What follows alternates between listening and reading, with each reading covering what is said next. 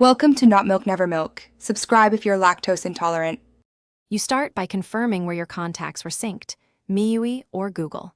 Once done, open Settings and verify sync history so you know which backup to target. Enable developer options and turn on USB debugging. This lets recovery tools access your device. Connect the phone to a computer with a reliable USB cable. You now have the prerequisites and a live connection. Begin by exporting any visible contacts to a VCF, so you avoid overwriting during deeper recovery steps. You next try the least invasive methods. Sign into MyCloud on the web and check Contacts Restore, or open Google Contacts and inspect the trash up to 30 days. If nothing appears, run reputable Android data recovery on your PC with USB debugging active.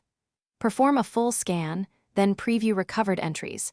Focus on names and numbers you recognize. Make sure to save recovered contacts as a VCF or import directly to your account to prevent future loss.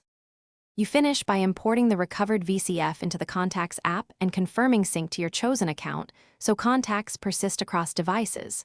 Once imported, open a few entries to verify integrity and correct fields. If contacts are still missing, rerun the recovery tool with deeper or root-required modes, but understand the risks. Root can void warranties.